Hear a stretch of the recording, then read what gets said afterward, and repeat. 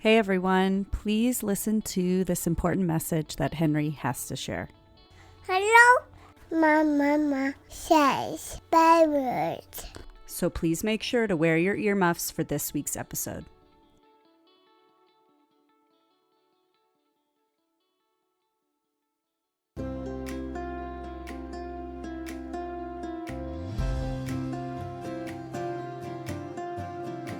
Finding the right jeans is hard. Accepting your jeans is even harder. Whether you wear boyfriend or bootcut, high-rise or low-rise, this podcast will teach you to love the jeans you're in. I'm Rachel. And I'm Tina, and we're going to use modern research to bust diet myths and get real about body after baby. We're going to take you on a journey of unpacking your old beliefs about food and weight so you can learn to nourish your body and raise body-confident kids. So put your booty in a chair and let's talk mom jeans.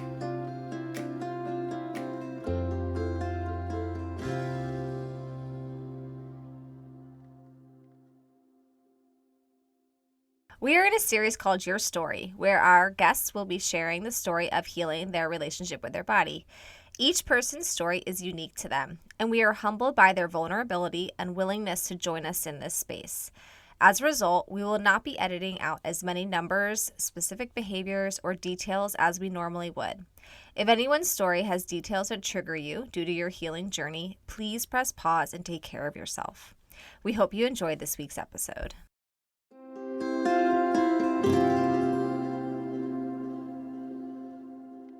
Hey everyone, welcome back to Mom Jeans. This week we are sharing the story of Jen McLellan, known for her work in advocacy for plus-size birth. Jen's work and personal story are so important because she brings to light the stigma that those in larger bodies receive in healthcare. Yeah, unfortunately, as many of you may have experienced, not all medical providers and hospitals are plus-size friendly. And in fact, let's face it, most of the world is not plus-size friendly. And this lack of willingness to see plus-size bodies as beautiful, strong, worthy, and equal to other bodies leads to an increase in poor medical care, which can range from inappropriate touch, exaggerating statistics of high risk, making inappropriate recommendations of weight loss due to the doctor's own bias, or denial of natural childbirth. Our theme in this season is understanding how our internal dialogue and core beliefs impact our body image and body story. And we love how Jen spoke on this in her interview this week by sharing how she firsthand had to own the mantra, "I am worthy of good health care," in order to then advocate for herself to find and receive the health care that respected her body. This is such an important point to make because healing our relationship with our bodies always has two parts. One is personal and the other is societal. While our podcast, Jen's podcast, which she'll tell you about, and so much of the hashtag body positivity on social media is aimed towards healing society, we know that that is a huge mountain to climb. So the healing that comes from within is the ultimate first step. The question is, do you believe you are worthy, that your body is worthy of care, and that you are worthy of being an amazing mom, no matter what your body looks like? Whew, those get to be your journal prompts this week, and we hope that listening to Jen's story will inspire you in your process. So let's get to know Jen a little bit more, and then we will transition to her story. Jen McLellan is a published author, founder of Plus Size Birth, and host of the Plus Mommy podcast. She helps people navigate the world of plus-size pregnancy, shares tips for embracing your body, and laughs her way through the adventures of parenthood. Her work has been featured in major publications such as the New York Times, Glamour, Today's Parent, Huffington Post, and International Doula. As a public speaker, Jen has spoken at numerous events, including presenting at the National Institute of Health. Jen is also a certified childbirth educator, wife, and mother to a charismatic 9-year-old. Let's transition to it now.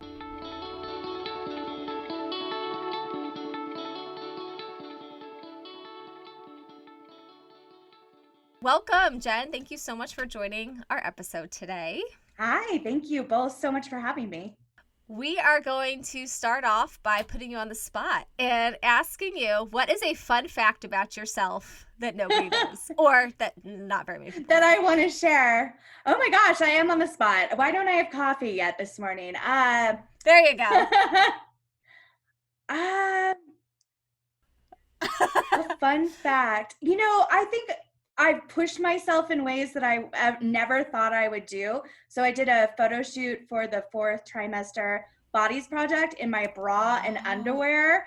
I And love that that was project. really scary. It's one thing to do like photographs in like your bathing suit, which is scary enough, but to like expose my belly and thighs and to know that I had no control over the photos was really liberating. So I don't think lots of people have seen those photos that I have shared personally, but it's been amazing to be a part of a project that helps to reframe what postpartum bodies look like. So I've done a photo shoot in my bra and my underwear, and it was quite Yes. liberating. I love that. Yay. Yay, yay, yay. Cool. Well, thanks for sharing your fun fact. All right. Well, now we'll go deep and get to the real questions. What is the story about healing your relationship with your body? Wow, this story really starts with my son and getting pregnant. And I grew up as a chubby girl in Southern California. And I'm sure it's hard to be a person who exists in a larger body anywhere in the world, but especially growing up somewhere with these impossible ideals of what it is like to especially be a woman was hard. And when I got pregnant, I was 30 and had a lifetime of messages that told me there was something wrong with me because I exist in a large body. And I'm cool with the word fat. I self-identify as fat. That's my word. And I've spent years reclaiming it. So I just didn't have a lot of confidence and love for myself. And then I got pregnant and was like, oh, I guess I have to like nurture and nourish my body instead of hate it, because it's not just housing me. And I hired a doula and a midwife that were like, hey, like your body's doing amazing things and you're obsessed with water aerobics and eating foods that make you feel good and fuel your body. Like, why do you keep telling us that you're high risk and that you're going to have an unhealthy pregnancy? And I was like, well, because that's what the internet tells me.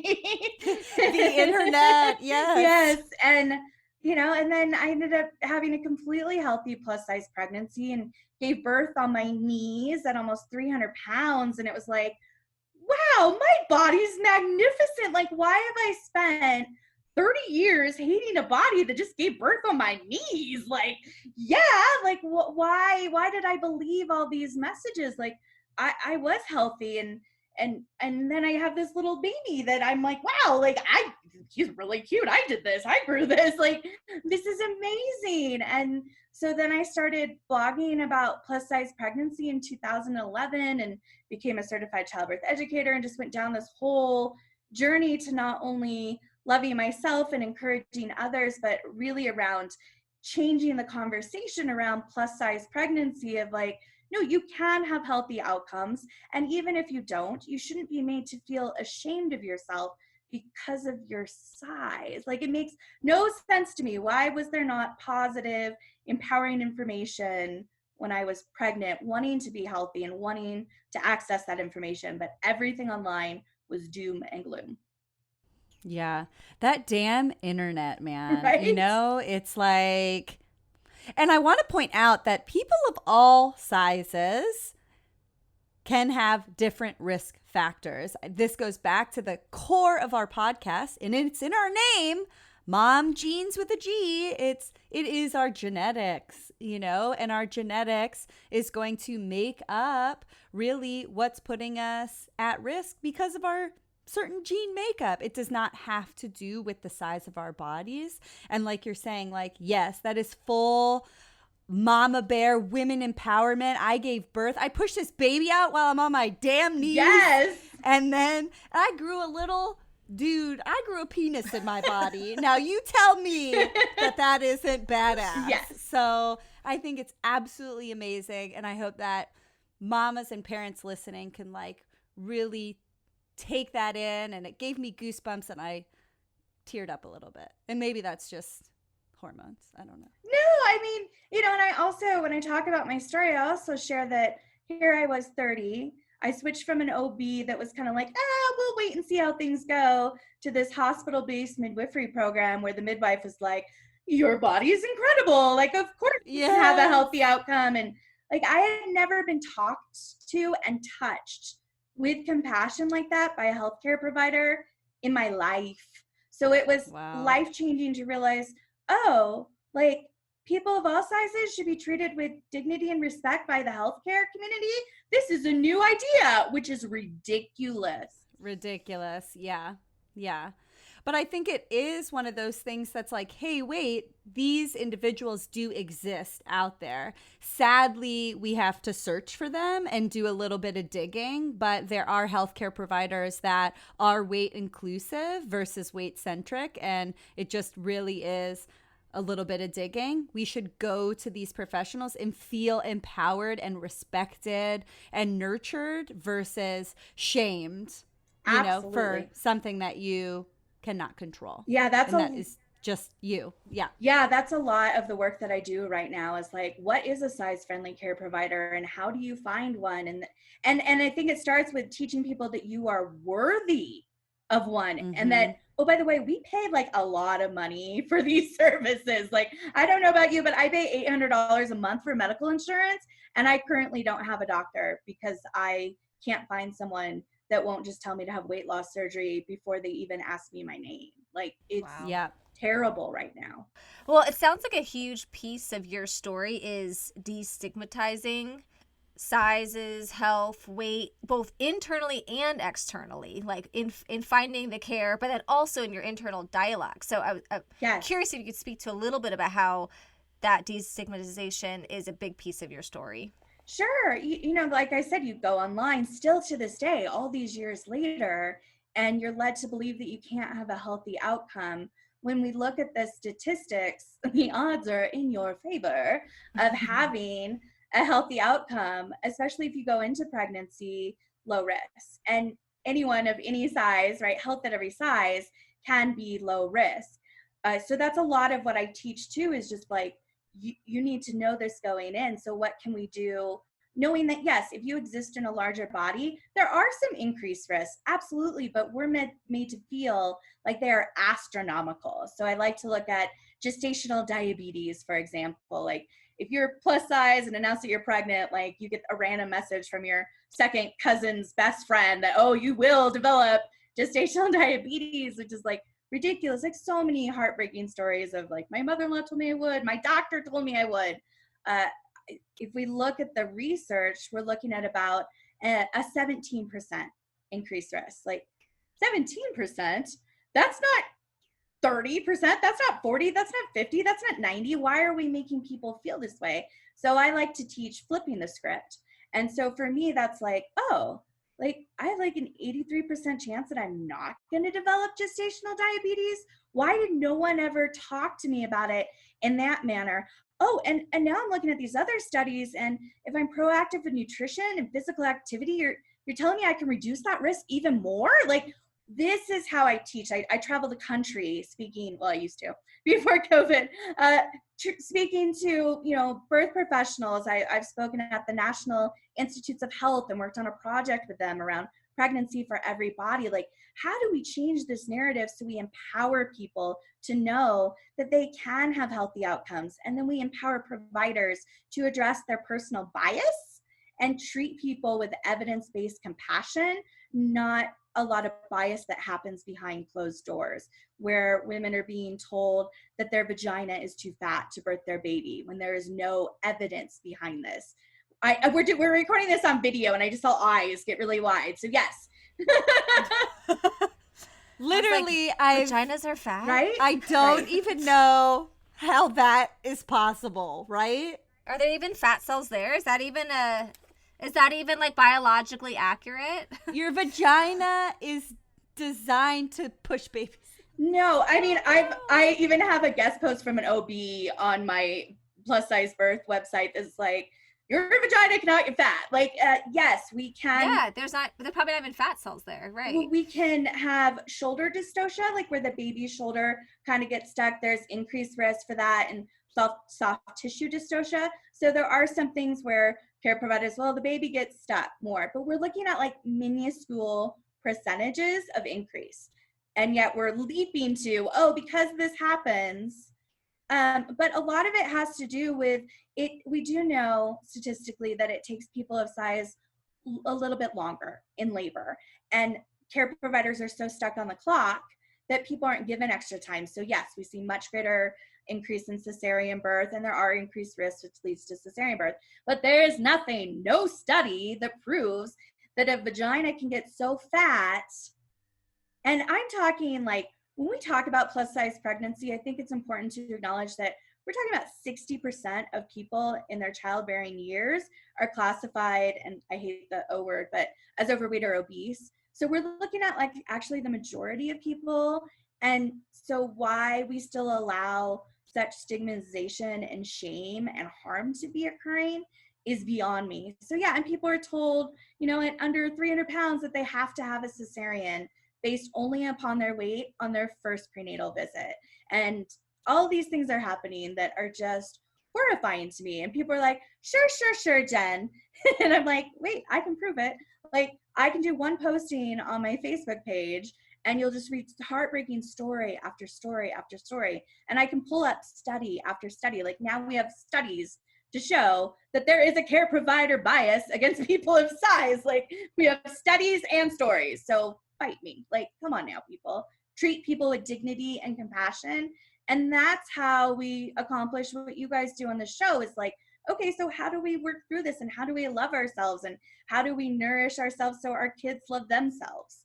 And it starts by just being treated with compassion and having your care providers believe in your body as much as you should be believing in your body. So what makes you passionate? What is your why for having a positive body relationship and sharing all of that? What is your why? Because I'm worth it. Because I realized that I am worth loving myself, and I started talking about it publicly. I get messages every week from people saying, I got pregnant because of you. I love myself because of you. And my favorite thing to do is to respond and say, I didn't do that. I just put resources out into the world. You did that. You tapped into that. And I think we give away our power so often. And so if I can just tell my story and work on myself and know that it impacts so many people in many different ways to do their work, then that's my why. And I've always said, if I ever stop getting emotional when I get those emails, then it's time for me to stop this work. Yeah. Because it is such hard work. Yeah. I got goosebumps. I literally got goosebumps and a shiver, because I can feel, we're on video and I can feel that emotion, that intensity, the passion. Yeah. And like, literally, I wish you could see my arms, the little hairs. Like, I feel it. I feel it. Just even looking at you. I love it. Yes. I mean, I left a career, right? Like, I've been doing this for 9 years, and it is not easy being a blogger and podcaster full time. Let me tell you, and the sacrifices my family has had to make to have this be a reality. But my husband is so proud of me because he sees the change that I've made, and the change that has happened within me too. So it's so incredible to do this and be supported in it. And it's incredible. I love that you're saying, look, I'm putting the resources out there, and I'm sure people listening or people who follow you are thinking, okay, that sounds great and all, but there's always this huge hurdle of the internal dialogue and that internal self-acceptance. So I'm curious if you can provide our listeners with any thoughts of like how you change some of that inner dialogue to help your body acceptance journey and healing so that you could advocate for yourself. Because it sounds great, but if we haven't done that internal work, it's hard to advocate. So I was curious if you could speak to that part of your story. Totally. I mean, there's so many different facets and tips around that. I think it starts with, I'm sure, things that you guys talk about, like diversifying your social feed, right? Really being mindful of what we're looking at and what we're taking in. Like, if you have people on, you know, your Facebook friends that are always talking about hating themselves and their weight loss and before and after pictures, like, we know that's toxic and unhealthy. So I'm a big fan of the unfollow feature on Facebook and use it often. And Instagram too. Like, I think it's really important that your Instagram feed isn't a reflection of just you. like diversifying it with so many different people of different colors, backgrounds, religions, abilities, like that has enriched my life and changed my world's perspective in magnificent ways. And as someone who exists in a much larger body, to see people in bodies like mine loving themselves and taking those bra and underwear photos or bathing suit photos, or being covered up and just existing, has been huge in helping me to feel like I have the right to take up space as well. So it starts with diversifying the messages that we're taking in, reading books that, you know, are written by people who are, if you're, you know, a person aside, like that positive. And even if you aren't, you can learn so much, and taking in all that great information. But then baby stepping into self-advocacy. And that can start with something so simple as just, if you exist in a larger body and you're having a meal and you're provided a chair with arms, instead of smushing your body and feeling completely uncomfortable when you're supposed to be enjoying an experience with friends or family, speak up and say, I would like a different chair. Like that can be terrifying. Trust me, I know. But now I just walk into the place and I'm like, oh, this isn't going to work. Or better yet, I was with my in-laws recently and we were having lunch at the patio. And by the time my husband and I arrived a little late, kind of as usual, they had already had the wait staff bring us different chairs. And it choked me up because I had taught her by now that those tiny chairs are not comfortable for me and I want to enjoy my time. And so can you baby step into self-advocacy, and then especially around your health care? Can you speak up for yourself? And the more we can start to diversify the messages we're taking in and start to do that self-advocacy, then the bigger work, like looking in the mirror and not hating everything you see, starts to come a little bit more naturally. I mean, I can give you tips like, say one thing you love about yourself daily, and that's all well and good, but it's so much deeper than that, and so many little steps that get us to that place of being like, oh, I look good, you know, that it's a long journey, and I'm nowhere near at the end, because there is no end, because now I'm 40 and my boobs do not look at all what they looked like, you know, 20 years ago, let alone after breastfeeding, like everything's always evolving and changing, and so does your relationship with your body. Mm-hmm. Yeah, this is totally off topic, but the breastfeeding thing, you know, it's like, okay, my son's almost 20 months. We stopped breastfeeding at around 13 months. And I'm like, maybe, oh, okay, my boobs are not coming back. Nope. They are just, you know, and I think it's like, hey, guess what? That's beautiful, because my little dude, I produced food for that person. Yeah. How did my body know how to do that? Right? Right? That's amazing. Damn. Right. That is amazing. Anyways. Well, and then Well, that's redefining beauty. Beauty maybe is a lot. That's redefining the definition of beauty. Right. Beauty doesn't necessarily look a certain way. Beauty is in the power of the body, the power of the genetics. Totally. It's redefining. Like, I could put a book under my boob and it will stay there. That's how beautiful that is.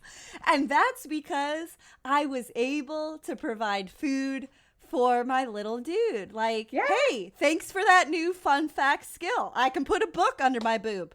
I don't know who can, but I can. That's pretty cool. And then I would encourage you, now that your breasts have, you know, you're done breastfeeding, you're coming into your body again, then I would encourage you to do something kind for your breasts. And that means getting fitted for a bra that actually fits, because we all know we probably have never had a bra that actually fits. But not only is that, like, pick whatever you love, whether it's a sports bra or whether it's a lace, you know, gorgeous bra, like whatever it is that is your idea of beautiful and sexy, but spoiling yourself, but also getting something that fits properly to help with pain, and like all of these things that we don't talk about, and we don't spend money on ourselves often as parents. Like, that's that next step of being like, okay, here's my boobs, and yeah, I can put a book under them, and I'm gonna work on loving them, but you work on loving them by doing nice things for yourself, talking nicely to yourself, and then, you know, dressing them up a little, because that tends to make us feel good.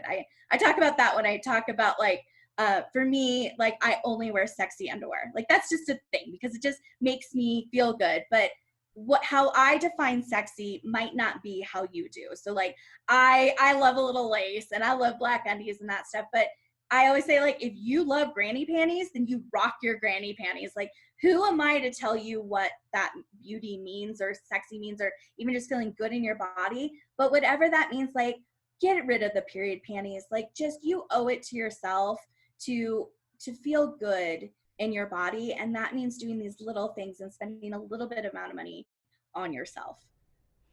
I love that you bring this up because I literally just won a gift card for an outrageous amount of money.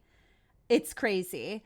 And I never win anything. And I actually won. And I talked to my husband. I'm like, I don't even know what to do with this. Like, should I use it to like buy Henry things or like update stuff in my office? And he was like, no, buy yourself some damn underwear and bras. Yes! And I'm like, thank you. Because we were talking about it the other week and I'm like, damn it, I need to buy new bras and underwear. And then he's like, guess what? I'm going to make you buy some new bras and underwear. So, hey world, I'm going to buy some bras and underwear with my gift card that I won. Yes. But for anyone listening that wasn't given an awesome gift card, like you shouldn't have to feel like guilty that you need underwear without holes. Totally. Like, can we end that? Is not, don't wait till you win a gift card to have to buy yourself underwear. It's not right. No. Yeah. And it's something so small, and in the long terms of it, like I don't get my nails done weekly or that kind of stuff, but I am always rocking some sexy undies. So there you go. I love it. That's your fun fact too. Oh, that's a much better fun fact than my Chris. Yeah. This can be a combo question because I'm curious what makes you passionate about sharing your story on your blog, social media, and your podcast. And I know you also love busting myths about plus size birthing. I know you've shared that a little bit, but I'm curious if you could just expand on that a little bit more. When you're asking about like telling my story, I can tell you that it has been so powerful to like, I remember when I first started my blog in 2011 thinking like, okay, I'm going to use the word plus size. Like people are going to know I'm fat. Like this is like so radical, even though like if you hung out with me in person, it wasn't a surprise at all. Right. So like there's such power in the vulnerability of telling our stories, and you just never know how many other people have been waiting to hear their own story reflected in yours and the power that it can have. So I think we look at social media like, oh my gosh, people are so oversharing. And then I think like, if I never would have shared, like I can't, like I'm sure like, you know, now we have hashtag plus size pregnancy on Instagram and it's like 40,000 photos, but there was no Instagram when I started. Like my Facebook blew up. Like I have 177,000 followers on Facebook because no one was talking about being plus size and taking maternity photos. Like I remember when I was pregnant, like searching on Google images for like hours, like just to find someone's head and face. And there weren't these gorgeous maternity images, let alone gowns that I could even find in my size. And still to this day, I don't understand why it is so hard to find plus size maternity clothes. Like we're getting better at like up to 2X, but I'm sorry, that is not the extent of people needing access to. So a lot has changed in these past, 9 years, but a lot still needs to be done. So I think it's so important, like your story matters. And I always encourage people to put it out there and in whatever way feels comfortable to you. But by no means do you need to do a blog or a podcast or whatever. But, you know, if you've ever wanted to tell your story, then, you know, ask to come on and be a guest on a podcast or just start by dipping your toe in and sharing some things on social media if that's comfortable to you, and support other people that are telling stories that look like yours too. I think there's just such power. So that's where the passion comes from too, is like, wow, like look what the ripple effect that happened. And I'm just continuously blown away by it. It's really an honor. Yeah. And I think like people can start small and go, which may feel big to them, but starting like, okay, I'm going to share it to my family, or I'm going to set these story and these boundaries with my in-laws and health professionals. And then it does create that ripple effect, because like you're saying, like, wow, I show up at this restaurant and my mother-in-law had a chair that was going to be comfortable for me, and I didn't have to create that own advocacy. It already happened because I had shared my story, right? And so I think that if individuals are like, well, I don't want to share it on social media, or I don't feel like I have that platform, those platforms exist in various ways, that it doesn't need to be out to the world. It could be out into your own world. Yes. So I think that's so important. And even though it might feel like a small step, it is a massive step. And so I encourage all to find that massive step for you. Yeah. And you said another word I absolutely love, which is boundaries. So apparently, Boundaries. like, sexy is the word of this episode, because my motto, my personal motto is boundaries are sexy. Because for so long, boundaries were scary. And what the heck is a boundary? And how do I set a boundary? But then when I owned it, I was like, hey, boundaries are sexy. Like, I can say no. Like, that's not scary or wrong. Like, that's empowering. Like, why do I always feel like I have to say yes to everything, and I have to put myself in uncomfortable situations to please others? Like, no, boundaries are sexy. And so if you have someone who continuously makes you feel bad in your life, you set a boundary, and you can limit time and exposure to those people in your life. And let me tell you, if they make you feel uncomfortable, how do you think your kids are feeling? And your kids pick up on everything, how you're feeling. You can't fake anything in front of those kids. I mean, maybe when they're itty bitty, but they catch on real fast. So it's so important that you learn how to set your own personal boundaries so you can also flourish in your life. So then, what's the greatest lesson you've learned in this journey? So many. I think, we talked about the worthy thing, and I think that continues to be a narrative. And for me, that I'm worthy of good health care has been one of my greatest takeaways. And it's still something I continuously have to fight for. But I'm worthy of stomping out of a doctor's office. I was having problems breathing. I had strep throat, and I just was really struggling to breathe. And my mom and sister, and with their health history, when they have strep throat, they get an inhaler, they can breathe better, it opens up their airway, they're great. And so I was like, oh yeah, like, I haven't had strep throat in forever, but maybe that would help me. And I couldn't see my regular doctor, so I was just able to get in with someone at the same clinic. And immediately, like, sometimes you just know that you got like the short end of the straw that day. Like, why did I get this person walk in? And it was immediately like, oh, well, according to your BMI, da da da. And the worst was, just a few minutes in of, well, maybe you're just so big that you need to be on oxygen.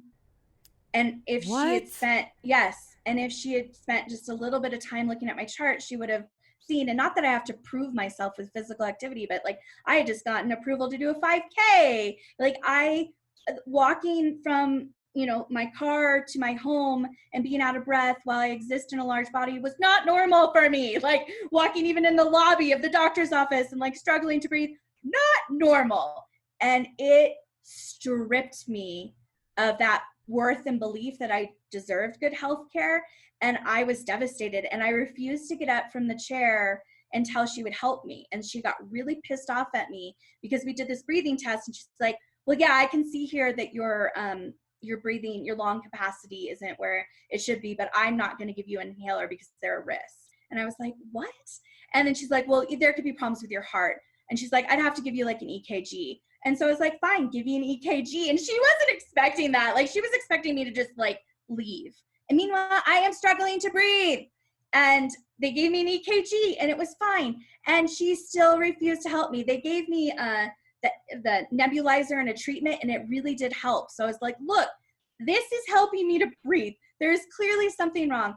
And she was just being so mean and demeaning to me that I finally just like, it had been over an hour. I remember like messaging with my sister, like, why is this happening to me? Like, I can't breathe right. And I just yelled at her and stomped out. And what I'm proud of myself is that I called back and I spoke with the clinical director, and the clinical director was like, we apologize. Like, I read what happened. This is inappropriate. Come back. We won't charge you for that visit. I will see you free of charge. And then I told her, like, I can't go back. Like, I can't physically go back into that space. It was so humiliating and degrading, and I'm still struggling to breathe. And I shouldn't take too long with the story, but it ended up getting worse. Like, I almost blacked out driving because I was struggling so much. And finally I went to urgent care. Finally I got the inhaler I needed, and I was fine. And it's just an example of like how you can be so mistreated for a medical thing. And all she did was look at my size and my weight and she basically told me I wasn't worthy of breathing. And what happened as a result is I ended up gaining over 60 pounds and didn't go to the doctor for 2 years. I became a statistic. We know if people are made to feel ashamed by their care providers, they're less likely to receive routine medical care and more likely to gain weight. And I knew that. This is what I teach. But I experienced it, and it stripped me. So even though I can say advocating for myself is one of the greatest things I've learned, I still get put in these situations that are so incredibly hard. And almost when I tell this story, it's like almost hard to believe that this like happened. But I'm charging forward and still trying to find a good doctor, and it's so hard. And I really, really wish it wasn't. I know. I think what I want listeners to pull from this is like, you teach this, right? This is something that you understand the statistics, you understand the facts, and you wholeheartedly believe it. And still, it's hard because that trauma of that experience, it's like your teacher self and all that core value does get stripped because this individual is stuck in their own bias, and that bias gets spit onto you. And unfortunately, that is the world that exists. I think back to like your chair comment in the beginning, where it's like a lot of times I'm working with clients who are working on body acceptance, who identify as fat, and are blaming their body for not fitting in the airplane seat, not fitting in the chair, for struggling through a doorway. And it's like, we need to remember that it is not your body. It's the chair's fault, right? It's the airplane's fault. It's the door's fault. Like, why aren't chairs designed to fit everyone, right? And now we can get in this large tangent of how our culture is not socially acceptable for all. And so hopefully we are moving in that direction. But as we see with current times, it is a challenge on many fronts. So I think if we can start with that small reframe of like, it is not your fault. It is not your fault that that was your experience at the doctor. It's the doctor's weight bias. And even that doctor, who knows their story, right? They grew up in diet culture. They may have their own body story and family story, and unfortunately has not been given the opportunity to heal that themselves. So if we can reframe that and go, wait, this isn't me. This is something else. You just took me to therapy. I love it. Yes. And I'm the dietitian. I know. Let's see what the therapist got to say. But that's my job. Stop taking my job. I like what you said, though, because we asked you, what is the greatest lesson? And I feel like your answer is that sometimes our lessons are always happening. Even if we learn them, we're learning another layer of it and another layer of it. And our story is always evolving. So I love the way you've been reframed that with your story of like, hey, I learned the lesson and then I learned it again and again and again. And then I got deeper in the lesson learning. And then I learned a different layer to that and how to advocate differently. So I love your answer is almost like I'm always learning the lessons and it's always evolving. Yeah. But like you said, like, airplanes, for example, but now I'm at this point in my life where I'm unashamed to ask for an extender when I board the plane, right? And that took a long time to get there. So those baby steps of not only the chair without arms, but that you are worthy of feeling safe while traveling. Like, why is that something we even have to frame in that way? But I can't tell you for how many years I just pretended like my seatbelt fit on an airplane. And now I have a whole like flying well fat Instagram highlight that gets viewed so many times. And I get messages monthly from people saying like, I flew for the first time because you provided me with tips on how to fly in a larger body. And I was too terrified until now. And so I'm like, this is my why. Like, this is why I do it, because I had to go through my own journey of like, okay, I deserve the extender. This is terrifying. I'm going to ask for it. Okay, now I need an extra seat sometimes with Southwest, and now I can advocate for that. And that was really scary and embarrassing, but now I'm telling the world, and it's liberating because other people are realizing that they shouldn't feel limited because of their weight. Are there extra hurdles and obstacles we have to go through? Yes, but the life is available for us. We just have to push a little harder and believe that we're worthy of having access to it. Yes.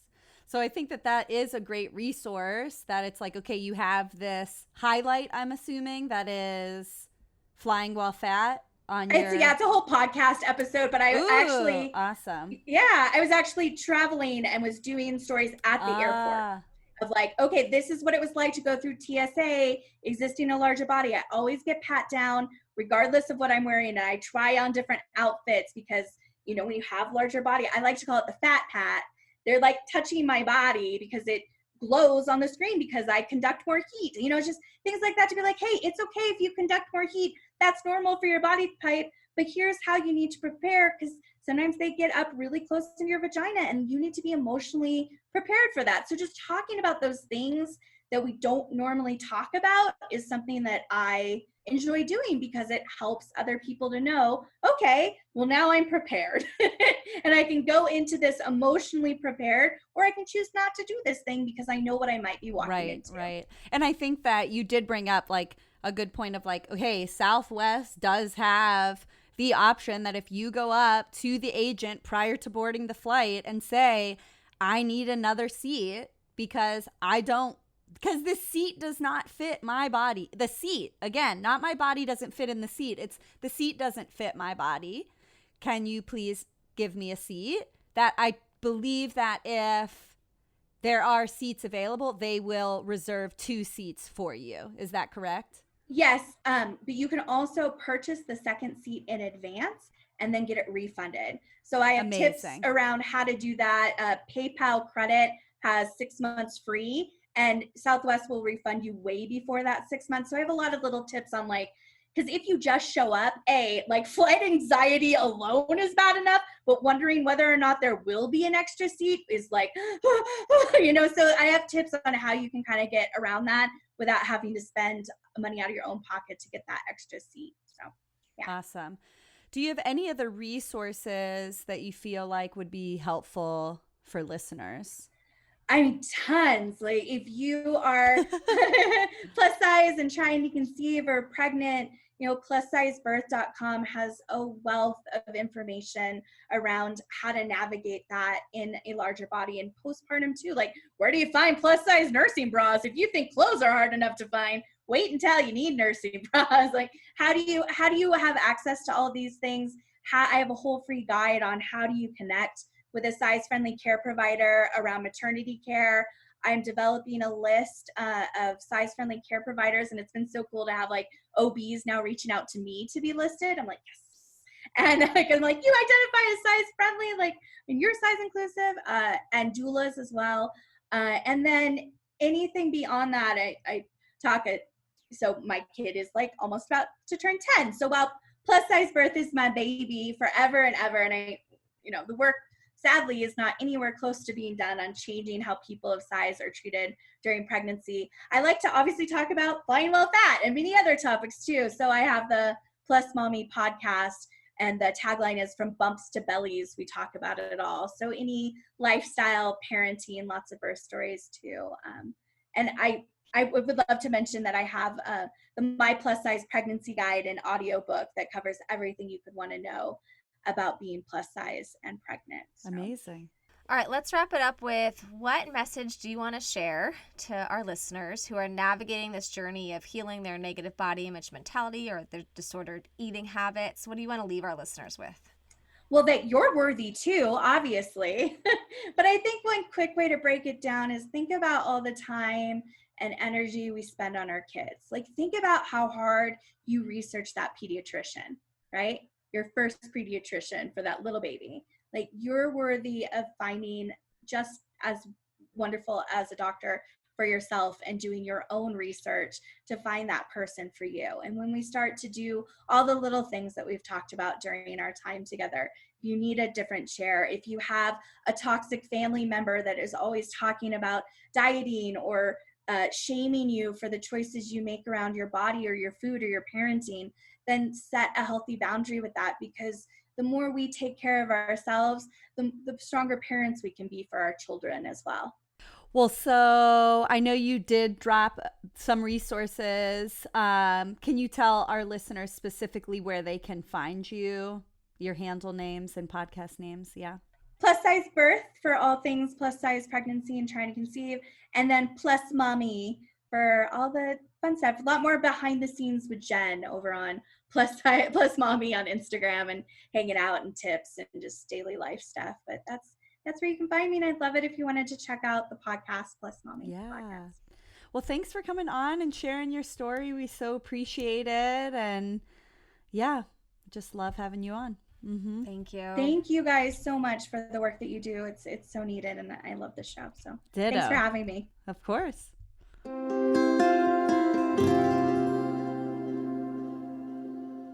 We hope you felt inspired and moved by this week's story. Please reach out to the person interviewed to connect with them in the ways they listed, or you can check out our social media pages at Mom Jeans, the podcast, for details on the episode and to find our guests' information. If you love the episode, please leave us a rating and review us on iTunes and recommend this episode to a friend. We are sending you the inner strength to accept your jeans with a G and wear the jeans with a J. Bye.